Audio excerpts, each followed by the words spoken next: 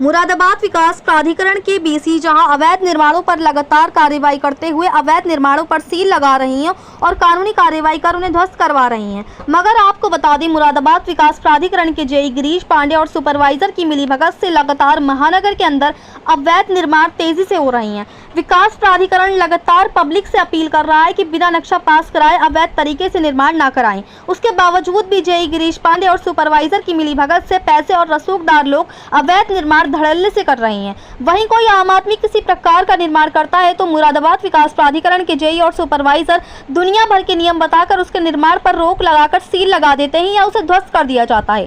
ताजा मामला सामने आया है दिल्ली रोड स्थित मधुबनी गार्डन के निकट श्री बाला Mehandipur Balaji car washing centre के अंदर अवैध रूप से दुकान का निर्माण कराया जा रहा है, जिसकी शिकायत अजयपाल द्वारा पूर्व में विकास प्राधिकरण से की गई थी। गाटा संख्या 239, जिसमें बाइक कार धुलाई सेंटर है, जिसमें देवानंद द्वारा बिना नक्शा पास कराए एमडीए के जेई गिरीश पांडे और अन्य कर्मचारियों की मिलीभगत से बिना नक्शा पास कराए अवैध तरीके से निर्माण जारी है। साथ ही देवानंद का कहना है कि विकास प्राधिकरण के जेई गिरीश पांडे हमारे बड़े भाई हैं और इसीलिए स्टाफ को या रिश्तेदारों को निर्माण की जरूरत नहीं होती। साथ ही पीड़ित अजयपाल का कहना है कि मैं लगातार मुरादाबाद विकास प्राधिकरण से शिकायत कर चुका हूं और उनका लगातार मुझे आश्वासन दिया जा रहा है कि देखते हैं, मगर अभी तक कोई कार्रवाई नहीं हुई है। प्रार्थी का आरोप है कि जिसमें एमडीए के अधिकारियों की मोटी रकम 2.5 से 3 लाख रुपए देकर निर्माण हो रहा है, जबकि उसका नक्शा भी नहीं है। और प्रार्थी अजयपाल का आरोप है कि एमडीए के जेई गिरीश पांडे के आशीर्वाद से मोटी रकम लेकर वहां पर गैर कानूनी रूप से रातों दिन काम हो रहा है। और भी कई लोग जेई साहब गिरीश पांडे और सचिन साहब के आशीर्वाद से गैर कानूनी रूप से काम करा रही हैं। प्रार्थी अजयपाल का कहना है कि अगर बिल्डिंग बन जाती है तो उसे तोड़ने का काम हम करेंगे। एमडीए के जेई गिरीश पांडे मोटी रकम लेकर लोगों से सेटिंग कर लेते हैं और लगातार अवैध तरीके से बिना नक्शे के बिल्डिंग का निर्माण धड़ल्ले से चल रहा है और मुरादाबाद विकास प्राधिकरण के अधिकारी कुंभकर्ण की नींद सोए हुए हैं। अब देखना होगा कि इसमें क्या कार्रवाई होती है। मुरादाबाद से परवेज अंसारी की रिपोर्ट।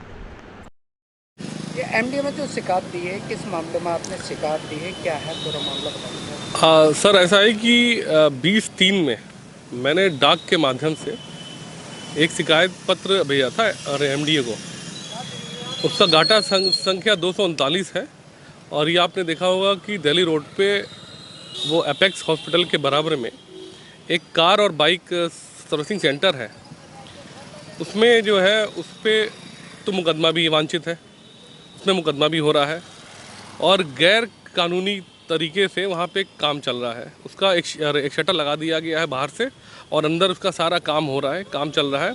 एमडीए के जो जेई हैं उनके आशीर्वाद से कोई मोटी मिठाई लेकर और उसको काम का मतलब वहाँ पे तो काम हो रहा है और उसके अंदर जो है लगातार रात दिन 24 घंटे तो वहाँ पर तो काम हो रहा है।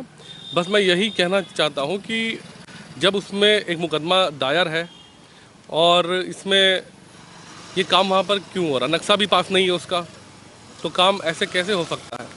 यही शिकायत करने आज मैं यहाँ पर आया था।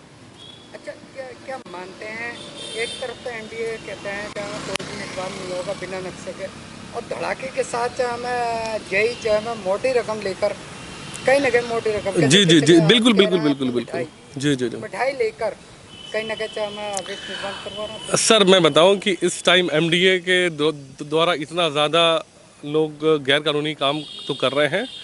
जेई का या सचिव साहब का आशीर्वाद है उनके ऊपर।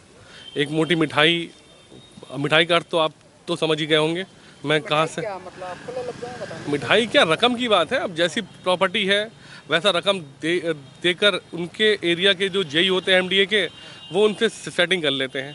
मेरे इतना भागा दौड़ी करने के बाद भी अभी तक कोई भी काम नहीं हुआ है। आपने शिकायत करी थी एमडीए? जी मैंने करी थी।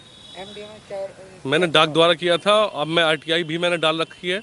अब देखते हैं वो आरटीआई, अभी तो आरटीआई मैंने डाल रखी है ना।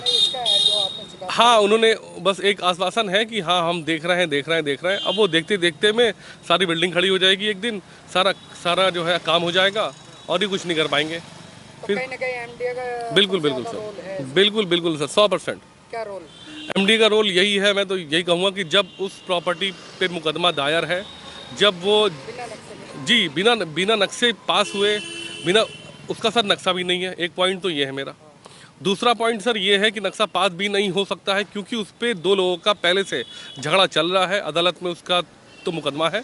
फिर भी एमडीए के जो जेई वगैरह हैं वो कैसे ये काम करा सकते हैं, बस मैं सर इसी सोच में हूँ। क्या नाम है जो मतलब जो कब्जा का मतलब जो काम करवा रहे हैं, कुछ जानकारी कुछ नाम बता सर अब तो इसका नाम जो था ना ये है कि नाम तो आप जब वहाँ पे जाएंगे तो आपको खुद पता लग जाएगा सर। अब मैं सारी बातें तो खुल के नहीं कह सकता, मगर मैं चाहता हूँ आपके माध्यम से कि एक बार वहाँ पे जाके देखें वहाँ पे कैसे काम वो तो हो रहा है। और ट्रैक्टर ट्रॉली आ रही है 24 घंटे, वहाँ के सारे लोग इनसे मिले हुए हैं क्योंकि वो पैसे वाले हैं। मगर मोटी रकम खुल के बताओ ना सर एमडीए पे कम से कम सर मोटी रकम पहुँची है सर, तभी तो आप बताओ ना सर कम से कम 2.5-3 लाख रुपए या तो पहुँचा होगा एमडीए पे। जी सर। तो इसने जेई ने खाया कि सचिव साहब ने खाया? सर ये जेई साहब का ज़्यादा मतलब आशीर्वाद है, सचिव साहब के भी पास तो कुछ ना कुछ तो हिस्सा तो पहुंचा होगा, लेकिन जेई साहब का इन पे ज़्यादा रोल है।